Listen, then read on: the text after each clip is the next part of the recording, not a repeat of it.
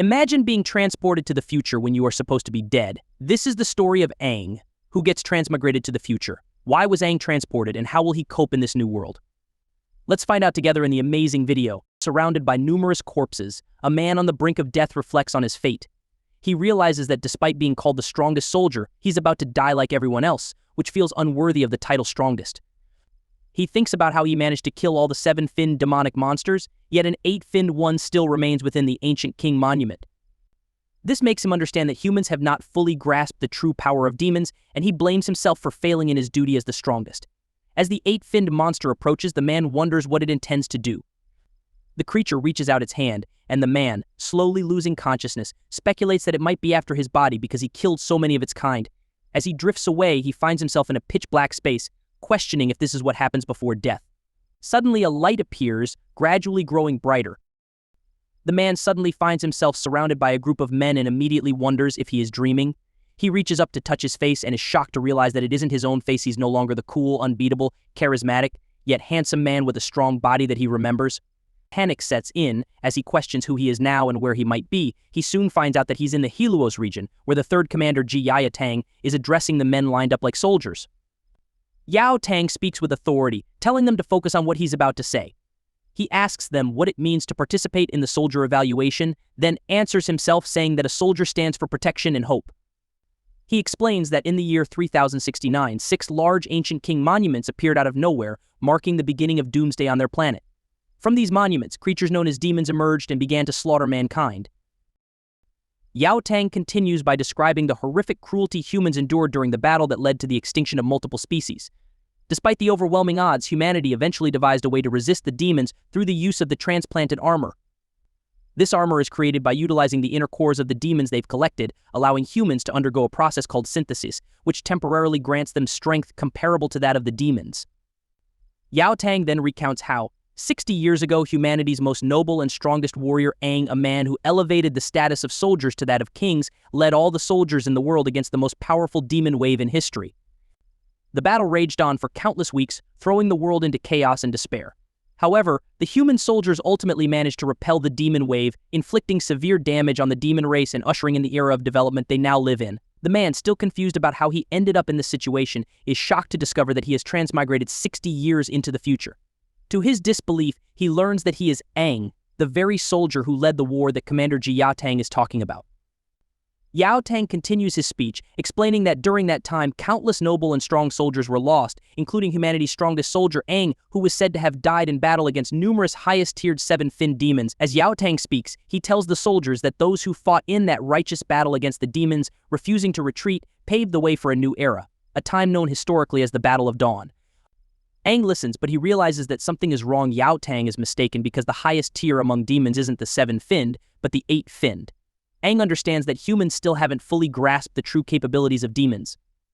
Yao Tang continues, saying that without soldiers, there would be no life or home, and that being a soldier is the noblest identity, representing protection and hope. He asks the soldiers if they understand the meaning of being a soldier, and they all shout in unison, "Yes, Commander." Meanwhile, Aang murmurs to himself, reflecting on the mistakes humans have made. As Yao Tang walks among the men, he stops in front of Aang and asks him if he doesn't understand the symbol that soldiers represent. Aang stares back in shock, and Yao Tang asks for his name. Aang hesitates, wondering if he should reveal that he is Aang, but doubts that anyone would believe he has transmigrated 60 years into the future into a weak body. Yao Tang then mocks him, saying that Aang is disgracing the honor of the righteous name by sharing the same name as their greatest soldier. It is at this moment that Aang notices a tag on his clothes displaying the name Aang. Yao Tang harshly criticizes him, calling him a foolish man who hasn't even achieved the basic foundation of a soldier's self-cultivation, yet still dares to dishonor the noble name. He punches Aang, who falls to the ground, cursing the useless body he now inhabits. Yao Tang then warns Aang that he will be paying extra close attention to him during the soldier evaluation. Finally, he orders everyone to move to the evaluation field, where the next test will be the physical evaluation. A man kneels beside Aang and asks if he's all right. Aang replies that he's still alive, and the man comments on how honorable his name is. He then introduces himself as Lan Sinuo and suggests that they should get along. As Sinuo helps Aang to his feet, a woman named Situ Lu walks by and calls Aang a brat who does whatever he wants, thinking he has similar abilities just because he shares the same name as Aang, the legendary soldier. She dismisses him as childish before leaving the room. Aang, still aching from the punch, asks Sinuo why she cares about his name. Sinuo explains that Liu is the most anticipated evaluation soldier of their group and is nicknamed the Cold-Blooded Demon. He adds that she is the daughter of the most esteemed martial family in the Hiluos region, the Situ noble family. Aang finds the surname Situ vaguely familiar. Just then, a lady suddenly snaps a picture of Aang and Sinuo as they stand together. She comments that their bromance is enchanting and tells them they can ignore her as long as they continue. Both Aang and Sinuo stare at her in shock, and Aang asks who she is. The woman introduces herself as Suiji Yuhui and says that their bromance just now captivated her. In the physical evaluation field, Aang confidently believes that even with his current body, he is still the strongest soldier. He boasts to himself that the evaluation is laughable and that he will achieve outstanding results that will shock everyone. As all the soldiers prepare for the assessment, the examiner explains that the first stage is a long-distance run to test their perseverance. He shoots a gun to signal the start of the race, and Aang takes off in the lead. He thinks to himself that taking first place with just a single burst of energy must be record-breaking. However, by the end of the race, Aang finds himself in last place, breaking the worst record in the history of the long-distance run assessment. The other soldiers laugh at him as he falls to the ground, realizing that his current body is unbelievably weak. In the second stage of the physical assessment, which tests arm strength, Aang comes in last again, twisting his wrist in the process. In the third stage, a test of leg strength, Aang is once again in last place, managing to jump only 1 meter. When the results of the physical evaluation are announced, Aang is at the very bottom, first from the back. The others mock him for having the worst and most ridiculous results and for being on the verge of elimination. Sinuo tries to cheer Aang up as he laments his poor performance, while Yuhui takes a picture of them, thinking it might be her last chance to capture a moment of them together. Meanwhile, the examiner informs Yao Tang that with Aang's dismal results, there's no need for him to continue to the second evaluation. They could simply eliminate someone who did as poorly as Aang. However, Yao Tang insists that even if there's no hope left for Aang, he still has the right to participate in the second assessment since it will be his last evaluation anyway. The examiner then announces the start of the second assessment, explaining that it will test how well each person's frequency synchronizes with the synthetic armor. Aang smiles to himself, confident that he has a chance in this test, because 60 years ago he was the strongest being with a synchronization rate of over 96% with the synthetic armor. He reasons that while his current body might be hopeless in terms of physical strength, synchronization frequency is determined by willpower, and he's determined to show everyone the level at which the strongest soldier can synchronize. Everyone is given a synthetic armor to wear, and Aang notices that the armor is much lighter than what they wore 60 years ago. Situ Liu reaches a synchronized frequency of 39%, and everyone praises her, saying it must be the highest score of the year. They admire the fact that those from martial families, like Liu, are indeed different. As her synchronization is completed, Liu leaves the machine with a confident stride, while everyone continues to praise her for her great talent. As Liu exits the room, she feels proud of her performance and quietly praises herself for doing well. Inside the room, Aang watches as everyone continues to praise Liu. Sinuo comments to Aang that Liu is really energized and she can sense a strong, intense energy coming from Liu's slim physique. Aang agrees, saying he can also feel that powerful energy. Sinuo is surprised that Aang seems so calm and not nervous at all, and Aang explains that he's used to situations like this, which surprises Sinuo even more. As the assessment continues, many of the first-time participants who are trying the synthesized armor for the first time show signs of discomfort and pain. This happens because their bodies experience a powerful surge of energy from the demonic monster core, which they need to endure. Those who can't handle the intense pressure usually give up, while those who manage to reach at least a 10% synchronization frequency pass the test. Some results are surprising. For example, Yuhui achieves a synchronized frequency of 30%. Yao Tang tells the examiner that they've found some very promising young candidates, and the examiner agrees, noting that 6 new soldiers have reached a frequency of 30% or higher, which is impressive for their region. When it's Aang's turn to be evaluated, Yao Tang mentions that there are also individuals with less impressive natural abilities. The other soldiers make fun of Aang, predicting that with his weak body, the energy surge will likely make him so overwhelmed that he'll vomit blood. As Aang approaches the machine for his turn, he thinks to himself that they can keep laughing now, but they haven't seen anything yet. Soon, they might be so astonished by his performance that their jaws will drop. Aang is in the process of picking a demonic core to attach to his synthetic armor. After thinking it over, he chooses the red core. These demonic cores, which are collected from battles, come in 6 different colors. The most common ones are red, yellow, green, and blue. Each color stands for a specific ability. Red is for strength, yellow is for defense, green is for recovery, and blue is for nimbility. There are also purple and black cores, which are much rarer. The purple core gives supernatural abilities, while the black core, which is very rare, controls time and space. As Aang is hooked up to the machine that will connect the core to his armor, he thinks about the process, known as synchronized frequency. He realizes that the most important thing in this process is willpower. The stronger your will, the more energy you can draw from the demonic core, and it also affects how much resistance you have. Once the synthesization process is done, the operator asks Aang if he's ready to go ahead. Aang, feeling prepared, says he is. Meanwhile, in the resting area where others who have completed the synthesization are resting, a sudden bright red light catches everyone's attention. Lu, sensing the strong energy, looks toward the testing area where the process is still happening. She's shocked to see that the powerful reaction is coming from Aang. Meanwhile, Aang is fully connected to the machine and is told to open his eyes. With all his strength, he decides to show them the synchronized frequency of the strongest soldier. Everyone is amazed by how bright his light shines, and Sinuo realizes Aang has been hiding his true power. The operators are shocked as Aang's synchronization frequency quickly passes 40%. Hearing their reactions, Aang smirks, remembering that his frequency used to reach 96%. He tenses his muscles, drawing more energy, and the percentage rises to 60%. Yao Tang is stunned, wondering how Aang's frequency is so high, and asks if something went wrong, but a woman tells him it's still increasing. It soon reaches 80%, shocking everyone. The soldiers question if Aang is cheating or if there's something wrong with the armor, but Aang thinks to himself that he is the king, the strongest soldier, and if the core wasn't so low-leveled and his body wasn't so weak, his aura would have made them all kneel. Suddenly, Aang feels a wave of weakness wash over him, as if all his energy is being drained from his body. Confused and alarmed, he wonders what is happening as he notices his strength rapidly fading. In that moment, the demonic core attached to his armor shatters. Realizing that he can no longer endure the process, Aang quickly tells the operator that he can't continue. The operator, clearly annoyed, checks the equipment and notices that Aang's synchronization frequency has plummeted to just 10%. Meanwhile, a female operator informs Yao Tang that they examined the shattered core and discovered that it was an abnormal one, which is why it displayed random numbers. Hearing this, Yao Tang feels relieved. Sinuo rushes to Aang's side, helping him as he lies on the stage, exhausted. The other soldiers begin to whisper among themselves, agreeing that the demonic core must have been strange and believing it's impossible for Aang, with his current physical state, to reach such a high synchronization frequency. Lu, watching from the resting room, also feels relieved. She had been worried for a moment, thinking that there might be someone in the region who could outshine her. As Sinuo helps Aang to the resting room, Aang reflects on why he feels the need to compete so fiercely with the others. Despite everything that happened, he considers himself lucky to have passed this stage, even if just barely. In the resting area, Aang sits quietly in a corner, lost in thought about what just happened to him. He reflects on how it felt like a single breath drained all the strength he had deep within his heart, something that shouldn't have happened. With his strong willpower alone, he believes he should have been able to reach at least 80% synchronization. He also wonders why the core, even though it was low-leveled, shattered when it shouldn't have. As Aang continues to puzzle over this, Yao Tang enters the room and congratulates the group for making it to the final assessment, which is real combat practice. He informs them that they will soon face a demonic monster for the first time and expresses his hope that they will pass the assessment safely and smoothly. The soldiers begin to sweat with nerves as Yao Tang orders them to head to the third assessment field.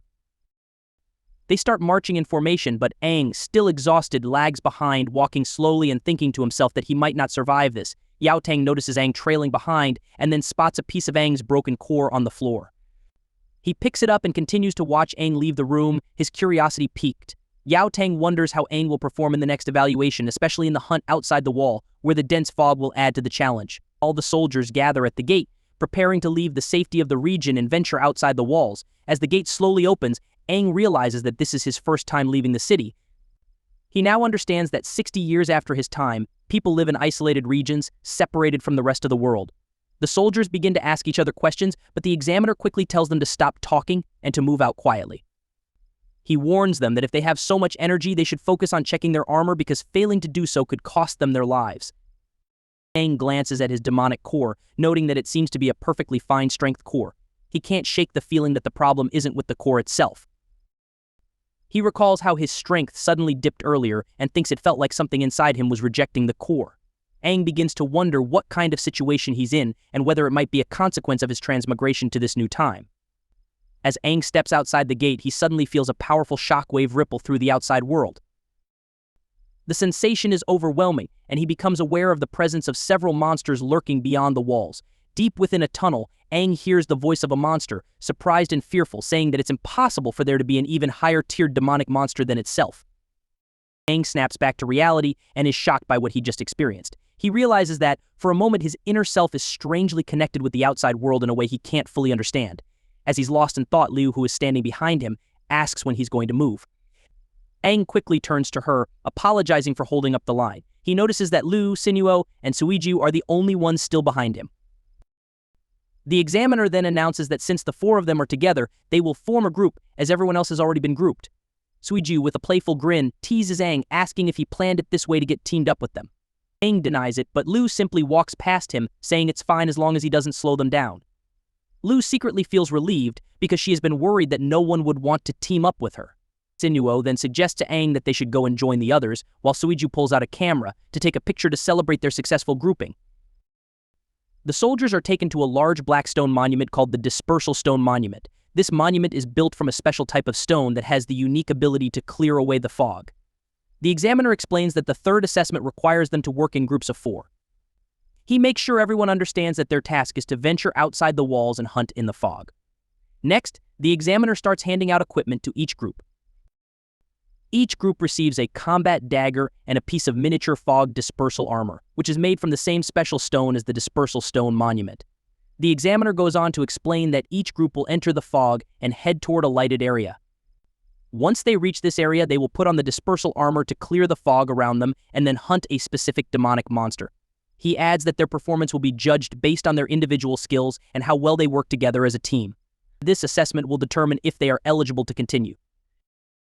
As the first group starts their assessment, the examiner tells them that their mission is to hunt beyond the walls and into the fog. He explains that this fog-covered world is home to the last big challenge every new soldier must face. The dangers in the fog are hidden, so becoming a soldier isn't just about physical strength and skills, it also requires a strong heart ready to confront the threats that lie behind the fog. He advises them to work closely with their teammates and be ready to battle the terrifying creatures they encounter. They need to stay alert, kill any demonic monsters they come across, and ultimately show that they can handle the challenges to earn their title as soldiers. The first group manages to defeat the assigned demonic monsters, and once they have completed their task, the examiner announces that it's time for the next group to get ready for their turn. Meanwhile, in the Hiluos region, the second commander, Dada Zhao, is watching the first group fight in the assessment. She notices that there are several talented newcomers among them, but her main focus is on Situ Liu. Jiao turns to Yao Tang and Qiao Er, the Hiluos region's first commander, and asks who they are interested in. Qiao Er mentions that descendants from martial families, when properly trained, can become famous soldiers. Yao Tang points out that Aang is someone worth paying attention to. He explains that even though Aang's demonic core shattered, they checked it thoroughly and found nothing wrong with it. Yao Tang is puzzled about what exactly went wrong with Aang and is deep in thought when Zhao playfully punches him on the arm, calling him Tang Tang. This makes Yao Tang blush, and he shouts at her to stop calling him that. Qiao Er teases Yao Tang, saying that Jiao is the only one who can make him blush like that. The mood shifts to seriousness as Jiao asks if the tears of the demonic monsters have been checked. She emphasizes that the assessment field should only have unfinned demonic monsters. Yao Tang reassures her, saying that for safety reasons they spent several days making sure that the area around the Hiluos region is free of one-finned demonic monsters. Qiao Er adds that if a one-finned demonic monster were to appear, they would have to do everything in their power to protect the soldiers taking part in the assessment. After a series of assessments, it's finally time for Aang's group to take their turn. Everyone is watching closely, eager to see how Liu will perform. As the group gets ready for their test, Aang puts on the miniature fog dispersal armor and prepares to start running. However, Liu suddenly grabs the armor from him and dashes off, telling the others to keep up with her. In her mind, Liu thinks they should try hard to keep up with her, as she considers herself the most impressive member of the group. Aang feels frustrated because he knows that Liu is mainly interested in being the center of attention. Despite his irritation, the rest of the group runs after her.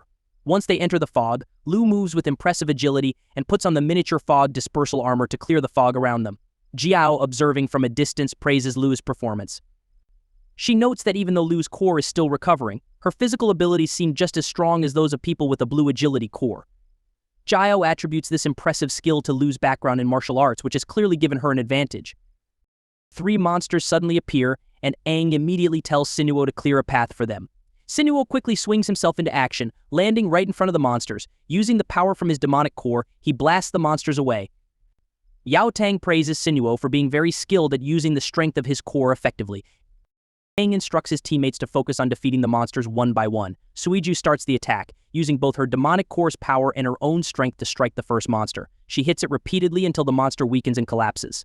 Sinuo then steps in to deliver the final blow, killing the monster. Qiao Er observes their teamwork and is impressed. He notes that Suiju is working especially well, as her blue agility core helps her move in a smooth, coordinated way. Yao Tang, however, yells at Xiao Or to stop focusing on Suiju and pay attention to the task at hand. Lu then turns her attention to the second monster. She uses her combat dagger to stab it and infuses it with her power. After making the monster vulnerable, she quickly jumps out of the way before it explodes. For the last monster, Aang decides to take action. He plans to target all 3 of its vital points. Using his combat dagger, he stabs the monster in the neck, chest, and abdomen. After his precise attacks, the monster collapses and falls to the ground. Aang reflects on his own limitations. Realizing that his body can only exert so much force due to its current weakness, he decides to use this moment as an opportunity to test his body's capabilities further. With this in mind, he charges at the remaining monster, ready to see what he can achieve. The monster stands and quickly attacks Aang, but he deflects the attack and punches the monster. He reasons that he did not respond quickly enough, and he then stabs the monster with his dagger, reasoning that his body coordination is poor as well. He continues stabbing the monster at different points while avoiding being hit by the monster, but he feels he does not have enough explosive power. Sinuo says it is as if Aang is toying with his opponent. Suiju keeps on taking picture after picture, hoping to capture the whole fight, and Lu reasons that Aang is taking the spotlight away from her on purpose. Jiao asks Yao Tang who Aang is, saying he is pretty impressive, and Qiao Yer says he moves like a veteran, but Yao Tang watches without saying a word. Aang stands in front of the terribly bleeding monster, trying to catch his breath. He reasons that with his new body he cannot use even one of his old skills, and he runs out of breath after a few light movements. He says he is done assessing himself as the body is worst, so it is time the monster dies. As he is about to kill the monster, a red light emerges from the ground that kills the monster, and the group is surrounded by huge roots of trees. As they are wondering what is happening, a monster comes out from the ground, spreading red mist around. The mist gets to Yao Tang, and he realizes that it is a one-fin monster. He tells the soldiers to retreat to the city, and they all run for their lives. Qiao Yer and Jiao run toward the monster. They tell the soldiers not to panic, as they will all be safe if they stay beside Yao Tang, who will escort them back to the city. Meanwhile, the monster is surprised to see humans as it perceives the smell of a demon. It wonders if a human has the scent of a demon, and he looks at Aang and his teammates, wondering which one of them it is. Aang and his teammates are scared as they realize that it is a one-fin demon. Liu realizes that it is nothing like the no-finned ones they fought earlier. She feels as if she will be ripped apart in the blink of an eye, and she cannot move her body at all. The monster stands in front of Aang, who reasons that his body is no match for a one-finned demon. He realizes that it is the first time he is experiencing the oppression that normal warriors feel when they face a finned demon. The monster decides to take the 4 of them with him, and it extends a rope-like structure that makes them all fall unconscious. Qiao Yer and Jiao break through the roots it used to surround the teammates, which surprises the monster. Qiao Yer tells the monster not to touch the soldiers, but before they can get to it, the monster quickly wraps its roots around itself and the teammates. It then goes back through the hole it drilled in the ground. Jiao is shocked that the monster is able to take 4 examinees with it. They suddenly see a swell in the ground, showing the route of the monster, and they follow it. Qiao Yer and Jiao follow the swell to where it stops, but there is no sign of the demon. Jiao wonders how a finned monster still appeared. She knows Yao Tang continuously scouted the area for days to make sure it was clear, and Yao Tang has never been careless in such matters. They feel frustrated as such an occurrence has never happened before. Yao Tang catches up with them and asks where the kids are. As they only stare at him, Yao Tang yells, asking why they stopped, as they must keep up the chase. Qiao Yer explains that they are where the trail ends, and Jiao says it seems the finned demon is hiding somewhere further down the area, and since the area ahead is an unexplored territory, it would not be wise for them to rashly venture into it. Yao Tang bends and touches the ground where the swell ends. He sees a flashback, where a little child is being carried away by a demon, and the child is calling for him. He angrily punches the ground and repeatedly says it is his fault for letting the incident happen. Qiao Yer says they should go back first, as the people in the city are probably in a panic as well, and it is not good if all 3 of them are not there. He says they will send a search squad later to investigate the area and confirm if there are any other finned demons. Jiao bends to comfort Yao Tang. She says what happened to the 4 kids is something none of them ever wanted to occur, but they need to compose themselves. She says she knows it is hard for him, and Yao Tang gently pushes her away. He says they can go back to the city, and he will continue searching the area. Qiao Yer tries to stop him, but Jiao intervenes and tells Yao Tang to make sure he arrives back before the sun sets. As Yao Tang runs off to search for the soldiers, Jiao tells Qiao Yer they can't stop him. Qiao Yer admits that he knows that Yao Tang's brother was kidnapped by the demons, and he has always been blaming himself for that. Jiao points out that if Yao Tang's brother was still alive, he would have been just as big as those kids, and they must have reminded him of his brother. Meanwhile, deep down in the ground, Aang regains consciousness and wonders where he is. He realizes that they are underground and are tied up to roots, but the others are still unconscious.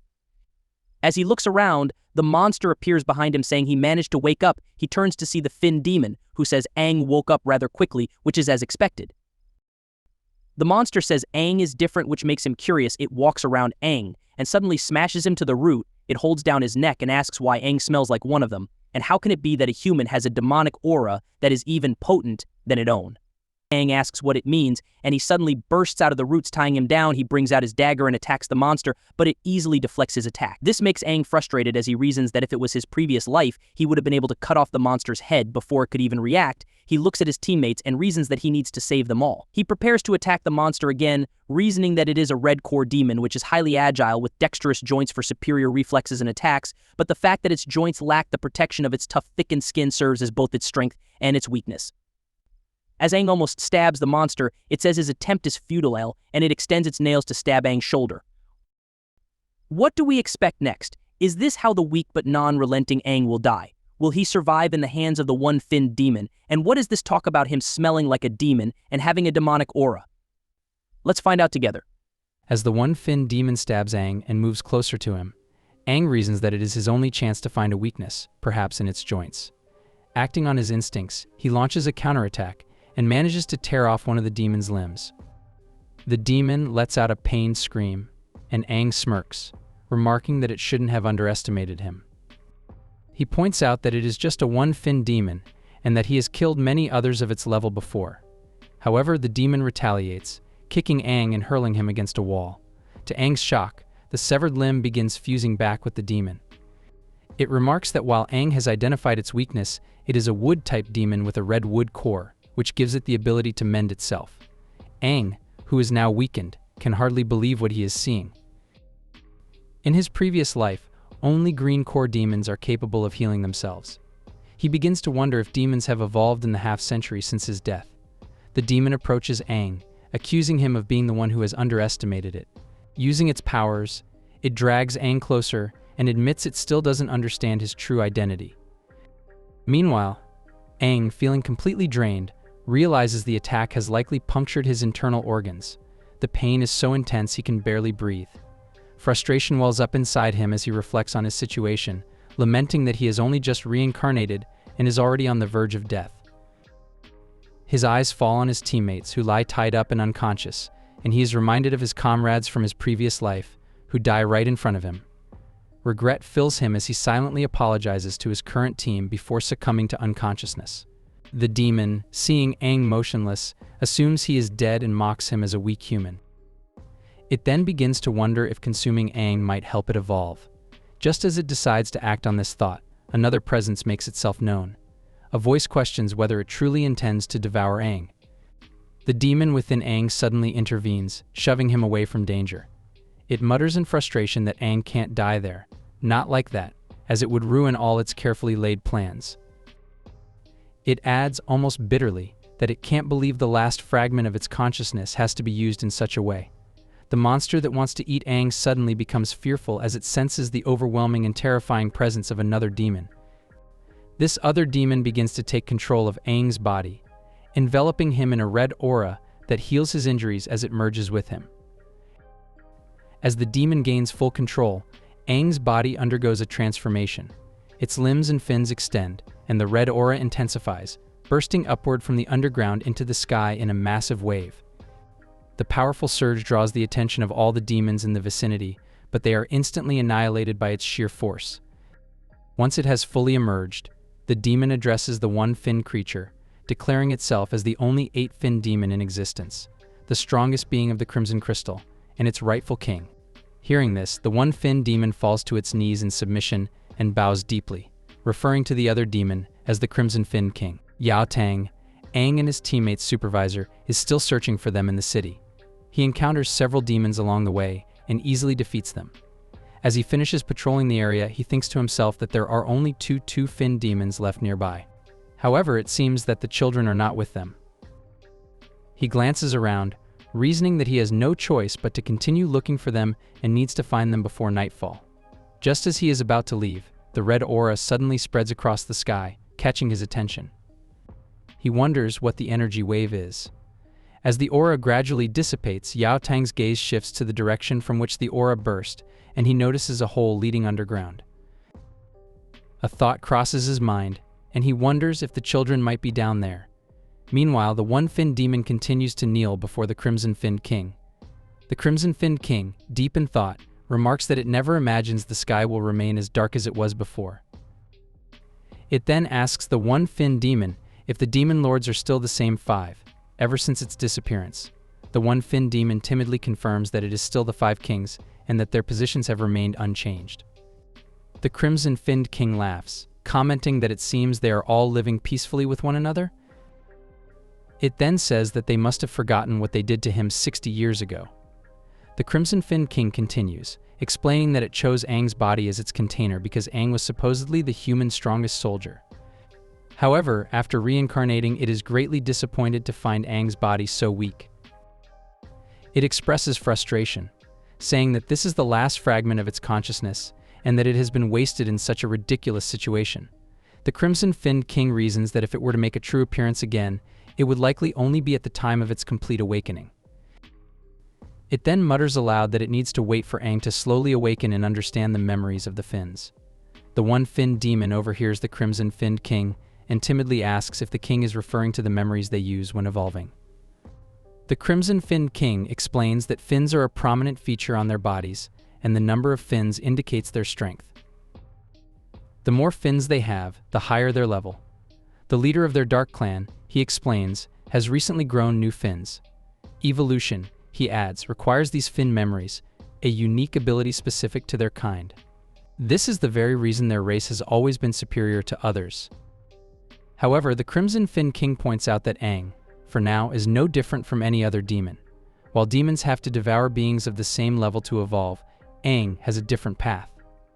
He needs to devour someone stronger than himself to understand and obtain the fin memories, thus allowing him to evolve. The one-finned demon, filled with devotion, declares that it will support the crimson-finned king in every way, even offering to be his right and left arm.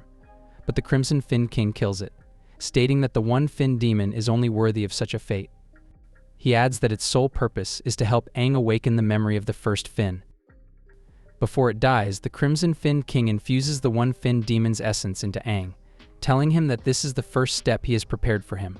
He warns that Aang should not disappoint him as he levels up, for the king needs Aang to awaken step by step, all the way to the 8th fin. As the crimson-finned king finally detaches from Aang's body, Aang collapses to the ground. The king's voice echoes, saying that when the time comes, he will awaken from his slumber. The essence of the one-finned demon is absorbed into Aang's monster core and mixed with the king's blood, encasing it all inside Aang's body. Aang recalls a moment from his past life, where an injured soldier, holding on to life, calls him king and begs him not to let him die, explaining that someone is waiting for his return. Aang, also injured, reassures the soldier that he will survive and promises to get them all out of that place. But the soldier, with a pained look on his face, grabs Aang's hand and whispers that they are already dead. He asks, with a twisted expression, why Aang is the only one still alive. Suddenly, Aang wakes up in a room, feeling a wave of relief as he realizes it has all been a dream, a memory from his past life.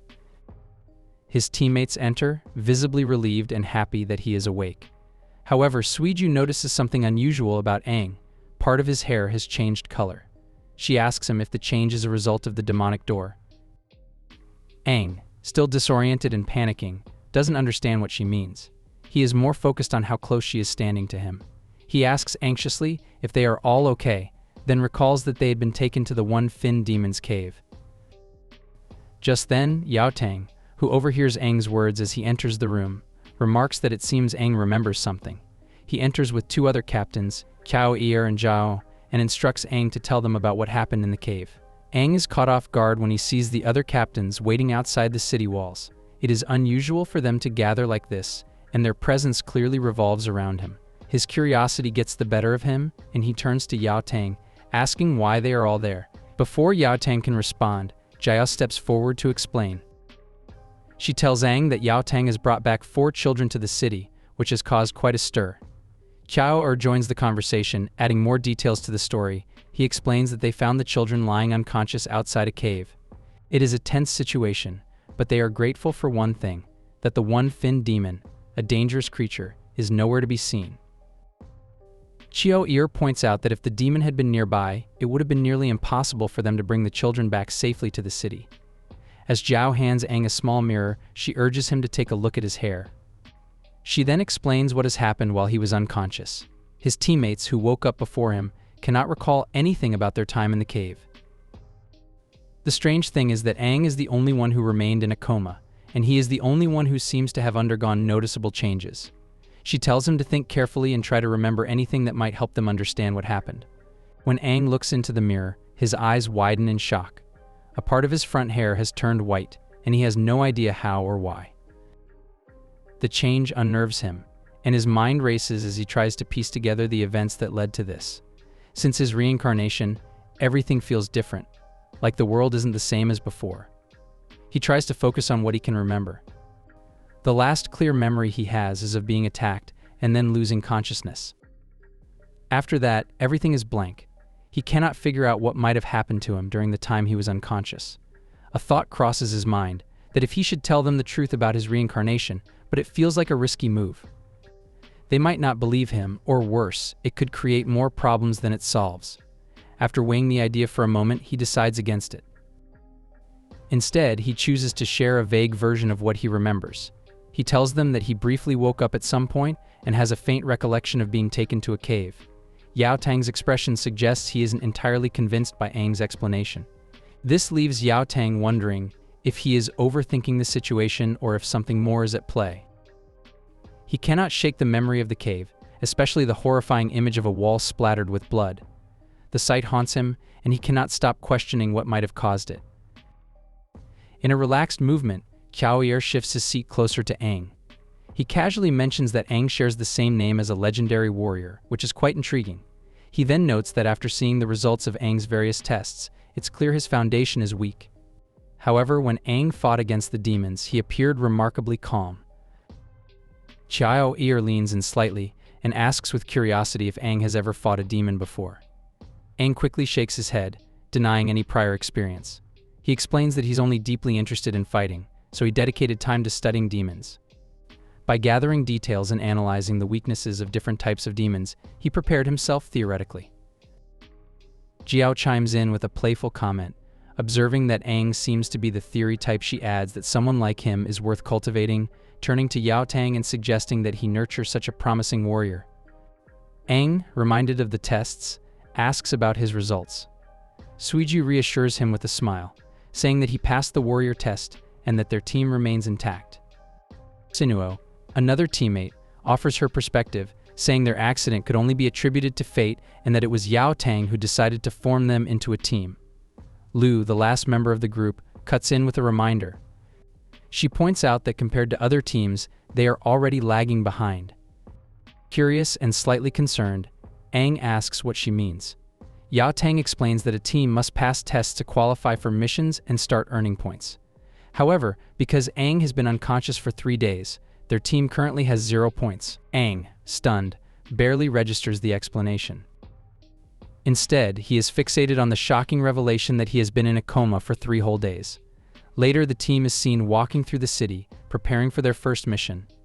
Yao Tang leads the way as they move through bustling streets, and they notice the curious stares of the townspeople.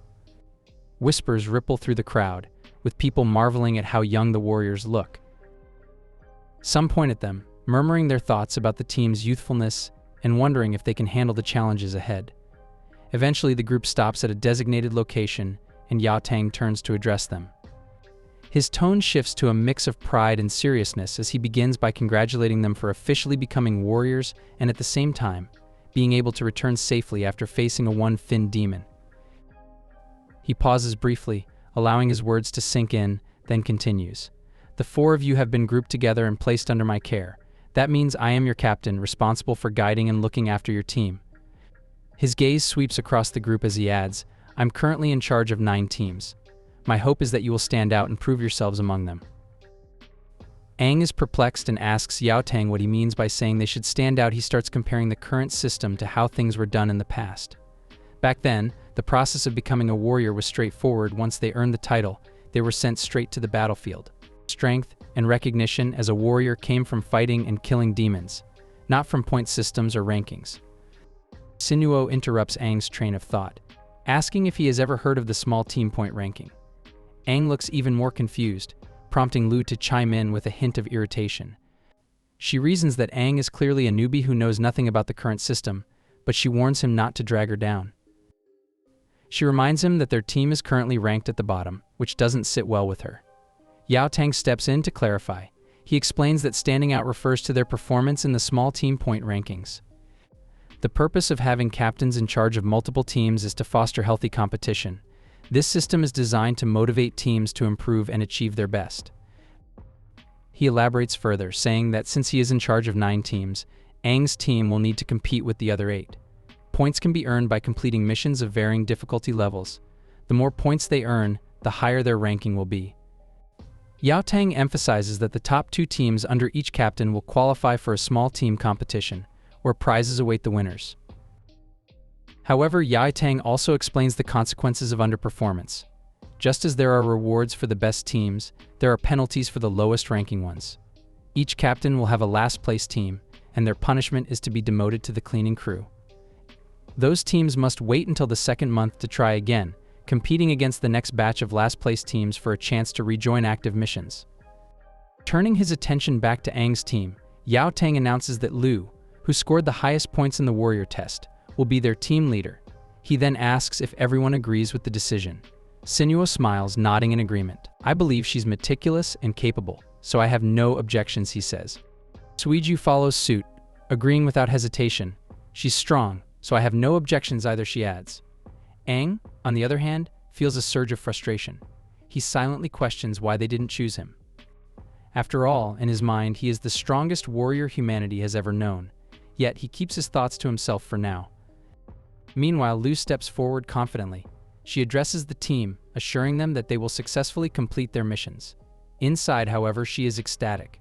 She reasons that there was no one else more qualified to lead than her. The pride she feels is matched by a determination to prove herself and solidify her position as the team leader. Yao Tang turns to leave the group, reminding them that it is still afternoon and they have time to decide on a mission. He advises them to check the point standings of the other teams to understand where they stand. He also mentions that they need to get accustomed to their nanoing battlesuits in actual combat and tells them to find him if they face any problems, and with that, he dismisses the group. Lu takes charge, suggesting that they head to the mission board immediately. She points out that they are already 3 days behind other teams in points and stresses the need to work harder to catch up.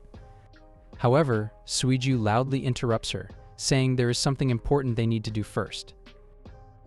Lu asks what Suiju is referring to, her thoughts racing with worry. She wonders if she has forgotten something crucial, fearing it could harm her reputation as a capable leader. To her relief, Suiju explains that they should take their first official team photo before anything else. The group then poses together, capturing their unity and determination in a photograph. Meanwhile, Yao Tang meets with Qiao Er and Jiao to discuss his concerns about the recent events. Jiao points out that he said the demons without fins found there had exploded, and Yao Tang confirms this and says there was unknown demons' blood splattered within the cave. Qiao Er questions whether Yao Tang is implying that the children were responsible for what happened. Yao Tang admits that he is particularly suspicious of Aang, explaining that his sensitive nose picks up a familiar yet unidentifiable stink whenever Aang is nearby. Jiao dismisses Yao Tang's concerns, teasing him that he is overthinking things and should focus on ensuring his team doesn't fall behind hers. Despite Jiao's lighthearted comment, Qiao Er takes Yao Tang's suspicions seriously. She suggests keeping a close watch on Aang and asks Yao Tang to inform them immediately if he notices anything unusual. At the city center's mission board, Aang's excitement is evident as his eyes land on 3 rank missions displayed prominently. His mind races with possibilities as he recalls that completing each rank mission will earn them 10 points. The potential to earn such a substantial number of points in one go thrills him. Sinuo and Suiju notice Aang's enthusiasm and take a moment to explain. They inform him that ranked missions are the highest level assignments they are allowed to take as a rookie team. Suiju adds that the 3 remaining ranked missions are likely still unclaimed because they are also the most difficult. Sinuo nods in agreement, pointing out that the challenges involved in rank missions usually deter most teams. As Lu listens to the conversation, Sinuo expands on the ranking system. He explains that, compared to a rank missions worth 10 points, B-rank missions only offer 6 points, while C-rank missions yield a modest 3 points. Although a rank missions are undeniably the most rewarding, they come with significant risks. Sinuo emphasizes that B and C rank missions are safer and more secure, whereas A rank missions frequently result in severe casualties. Hearing this, Lu steps forward toward the board, saying if that's the case, they should take them all, and she swiftly pulls down the mission instructions for all 3 A-rank tasks. Aang and his teammates run outside the city borders to start their mission. He activates the Nanoring battlesuit and is amazed by its advanced features. Curious, he imagines the Nanoring transforming into a weapon. In response, the ring disassembles and reassembles into a dagger. Aang reflects on how much technology has progressed over the past 60 years. Lu asks if the team is ready, and after they confirm, she briefs them on their mission to eliminate 2 no-fin demons in one swift strike. As they approach the demons, Lu reminds them to stick to the plan. The team follows her instructions, but their movements alert the demons. Lu quickly assesses the situation, knowing they still have 3 more rank missions to complete and can't afford to waste time. The plan begins with Sinuo blocking the demons' line of sight.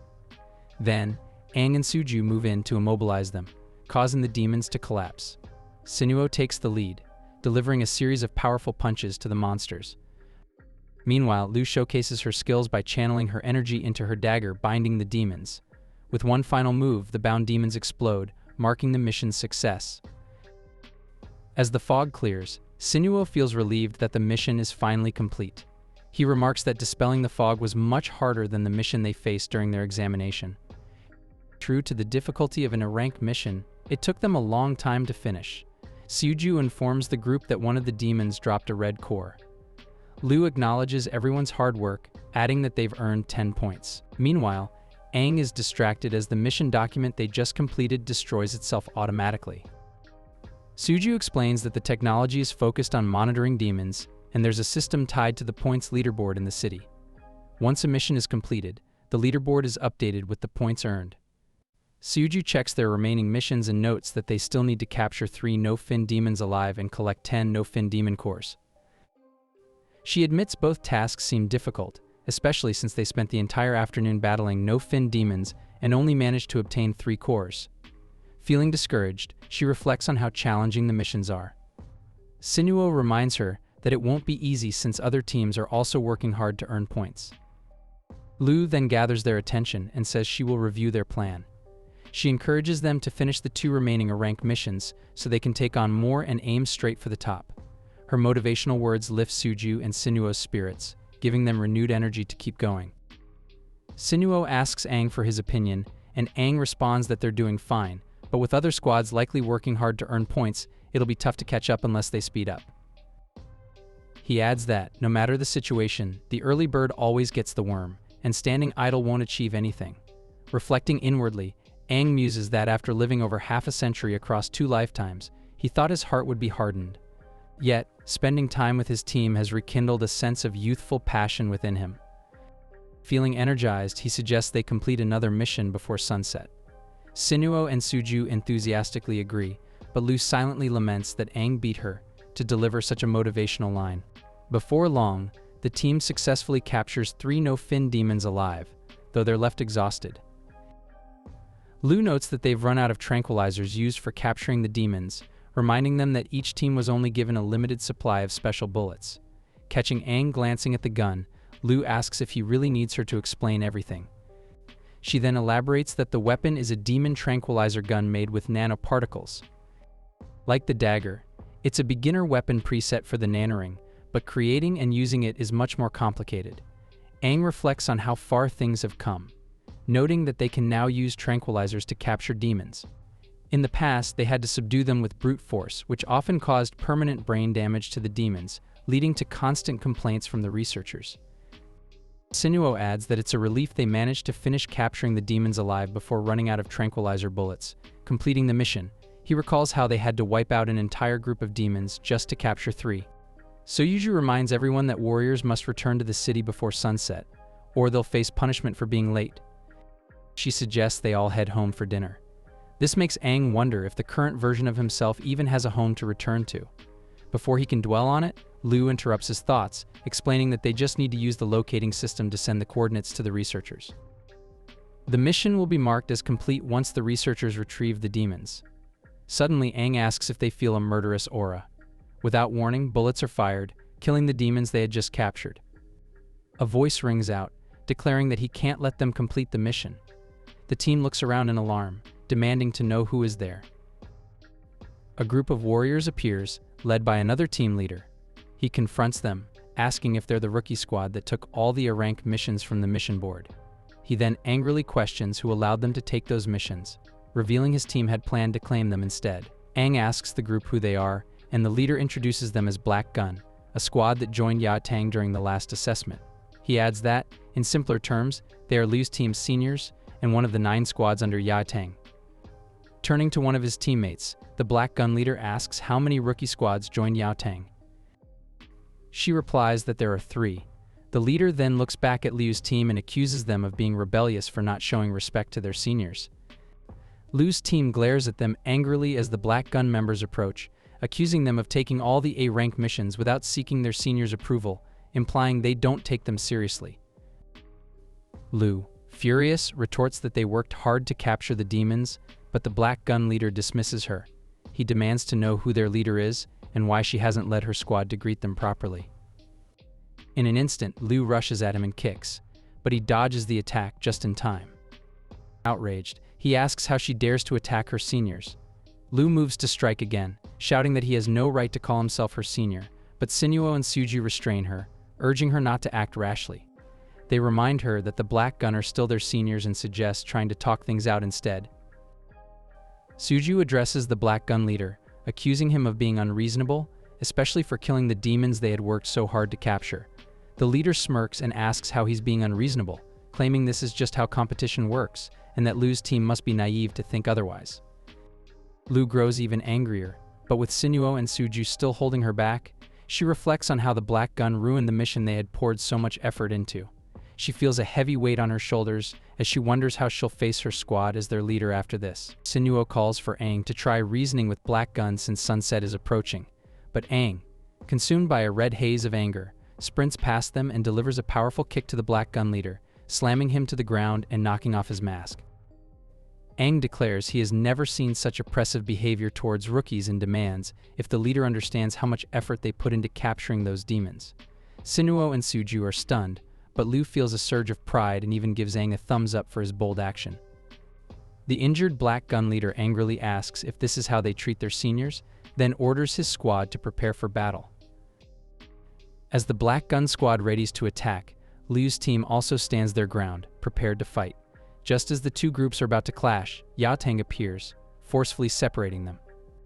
Aang realizes there won't be a fight after all, though he admits he was curious to see the level of modern warriors. Radiating a deadly aura, Ya Tang sternly asks if they value survival at all, pointing out that the sun is nearly set and they're still fighting. He demands to know if they intend to offer themselves as food to the demon horde. The Black Gun leader quickly blames Liu's team, accusing them of starting the conflict and knocking off his mask. Liu, unimpressed, calls him a child for tattling to Ya Tang. Suju chimes in, stating she has photographic evidence that proves Black Gun killed the demons they had captured alive.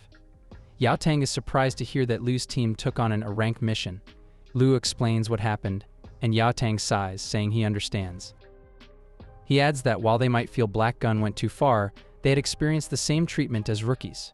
How Liu's team responds to it is entirely up to them, but in the end, the only thing that matters is a squad's points. Yao Tang explains that, apart from intentional harm or actions that endanger someone's life, all competitive behavior is allowed, and this rule applies to every city. He reminds them that as warriors, they will face even greater challenges in the future, far beyond basic threats. The only reason he stepped in now is because the sun is setting, and they all need to return to the city. Turning to Black Gun, Yao Tang says he's embarrassed on their behalf that a rookie squad managed to take an A-rank mission from them, and even beat them up. He tells them to head back and reflect on themselves.